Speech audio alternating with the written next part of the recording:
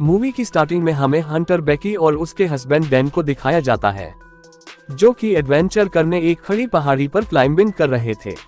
पर इसी क्लाइंबिंग के दौरान डैन का हाथ फिसलने से वो पहाड़ी से नीचे गिर जाता है और उसकी मौके पर मौत हो जाती है। वो डैन को अपनी आंखों के सामने मरता हुआ देखते हैं, पर वो कुछ भी नहीं कर पाते। इसके बाद हमें 1 साल बाद का सीन दिखाया जाता है, जहां डैन की मौत के बाद बेकी पूरी तरह से टूट चुकी थी और सस्ते नशे करके अपने गम को भुलाने में लगी थी। उसे इस हालत में देख उसके फादर उसे मूव ऑन करने और डैन को भूल जाने के लिए कहते हैं, पर बेकी ऐसा नहीं कर पा रही थी और ना ही डैन को भूला पा रही थी। फिर एक दिन हंटर उससे मिलने आती है और उसे काफी समझाती भी है और अपने साथ एक एडवेंचर पर चलने के लिए उससे कहती है, ताकि बाहर निकलकर उसे अच्छा लगे और उसे थोड़ी खुशी मिले, क्योंकि हंटर को पता था कि बेकी को ऐसी एडवेंचरस जगहों पर जाना काफी पसंद था। पर बेकी उसके साथ जाने के लिए मना कर देती है। पर अगले दिन उठने के बाद उसे एहसास होता है कि मुझे मूव ऑन करना चाहिए और वो हंटर को कॉल करके बताती है कि मैं भी आ रही हूँ। जहां अगले दिन वो दोनों ही क्लाइंबिंग करने के लिए B67 टीवी टावर की तरफ निकल पड़ते हैं, जो कि 2000 फीट ऊंचा वहां का सबसे ऊंचा टावर था। रास्ते से जाते हुए हंटर अपना व्लॉग शूट कर रही थी, क्योंकि वो एक यूट्यूबर थी और वो दोनों साथ में काफी मजे करते हुए सफर कर रहे थे। रात में वो वहीं पास के एक होटल में रुक जाते हैं और अगली सुबह जिसके बाद वो दोनों अपनी कार में बैठकर टावर की तरफ निकल पड़ते हैं। इसके बाद वो दोनों उस टीवी टावर तक पहुंच भी जाते हैं, पर वहां गेट पर ताला लगा हुआ था, जिस वजह से वहीं पर कार छोड़कर वो गेट के ऊपर से कूदकर टावर के पास चले जाते हैं। जहां रास्ते से जाते हुए हंटर को एक मरा हुआ जानवर दिखता है, जिसे गिद्ध नोच नोच कर खा रहे थे।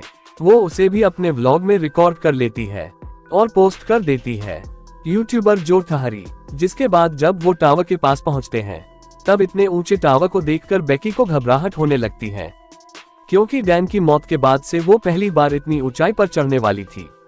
वो हंटर से कहती है कि मुझसे ना हो पाएगा, पर हंटर के काफी समझाने के बाद वो टावर पर चढ़ने के लिए राजी हो जाती है और अब वो दोनों ही सेफ्टी रोप लगाकर ऊपर चढ़ने लगते हैं।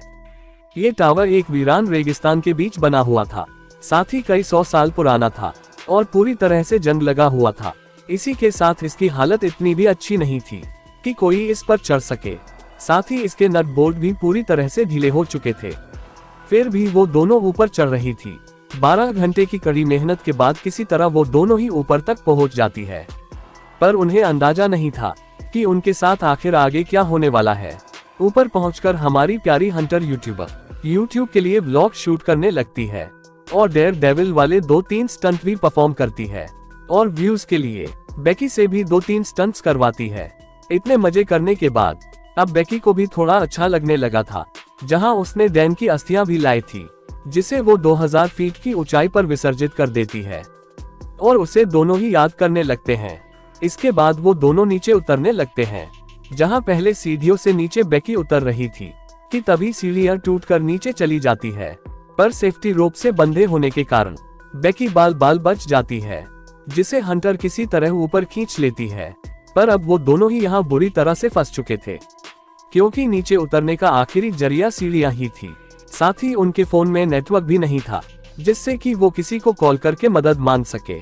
जिस बैग में खाना और पानी रखा था, वो भी नीचे टावर के डिस्क पर पड़ा हुआ था। इसीलिए वो टावर को चेक करने लगते हैं, जहां उन्हें एक इमरजेंसी बॉक्स मिलता है, जिसमें एक दूरबीन और फ्लेयर गन रखी हुई थी, पर इसे वो दिन के समय यूज नहीं कर सकते थे। इसीलिए वो टावर के पास किसी के आने का वेट करने लगते हैं। साथ ही हंटर हेल्प का मैसेज पोस्ट कर देती है और नेटवर्क मिलने के लिए उस फोन को अपने जूते में डालकर उसे नीचे फेंक देती है, ताकि नेटवर्क मिलने पर मैसेज सेंड हो जाए और कोई उन्हें वहां से बचा ले। थोड़ी ही देर बाद हालांकि वहां एक आदमी टावर के पास अपने डॉग के साथ टहल रहा था, पर वो उन्हें नहीं देख पाता, क्योंकि टावर काफी ऊंचा था और उनकी आवाज भी उस तक नहीं पहुंच पाती। बेकी अपने जूते भी निकालकर नीचे फेंक देती है, पर वो आदमी फोन पर बात कर रहा था, जिस वजह से वो उन पर ध्यान नहीं दे पाता और वहां से चला जाता है। वहीं जमीन पर पड़ा हुआ हंटर का फोन भी हमें दिखाया जाता है, जो कि पूरी तरह से टूट चुका था। वहीं थोड़ी देर बाद उन्हें दूर 2 आदमी दिखते हैं। उन्हें देखकर वो दोनों रात में फ्लेयर गन चलाकर उन्हें इशारा देने का तय करते हैं, ताकि वो दोनों उन्हें देखकर उन्हें वहां से बचा ले। रात होने पर बेकी फ्लेयर गन चला देती है, जिन्हें वो लोग देख भी लेते हैं। उन्हें ऐसा लग रहा था कि अब वो वहां से बच जाएंगे, पर वो दोनों आदमी असल में चोर थे, जो कि उनकी कार को ही चुरा कर वहां से चले जाते हैं और उनकी ये रोशनी की किरण भी बुझ जाती है। फिर भी वो हार नहीं मानते। उन्होंने कई घंटों से ना ही कुछ खाया था और ना ही कुछ पिया था, इसीलिए हंटर नीचे पड़े बैग को लाने रस्सी के सहारे नीचे उतरने लगती है, पर वो रस्सी छोटी पड़ जाती है, जिस वजह से हंटर को रस्सी खोलकर डिश पर कूदना पड़ता है। हंटर सेल्फी स्टिक की मदद से बैग को रस्सी से बांध देती है और खुद भी रस्सी पर कूद जाती है, पर हंटर जब ऊपर पहुंचने ही वाली थी कि तभी उसका हाथ रस्सी से फिसल जाता है और वो नीचे गिरने लगती है। तब बेकी को वही हादसा याद आने लगता है जो डैन के साथ हुआ था। किसी तरह हिम्मत करके तब वो नीचे देखती है, तब हंटर रस्सी से लटकी हुई थी। बेकी उसे तब ऊपर खींचने लगती है और हंटर ऊपर आ जाती है। रात में बेकी एक भयानक सपना देखती है कि हंटर मर चुकी है और उसकी डेड बॉडी को गिद्ध नोच नोच कर खा रहे हैं, जिससे वो घबरा कर उठ जाती है। अगले दिन बेकी ड्रोन को चार्ज करने टावर के टॉप पर लगे लाइट के पास चढ़ने लगती है, ताकि वो ड्रोन को चार्ज करके शहर तक पहुंचा सके और वहां से हेल्प मांग सके।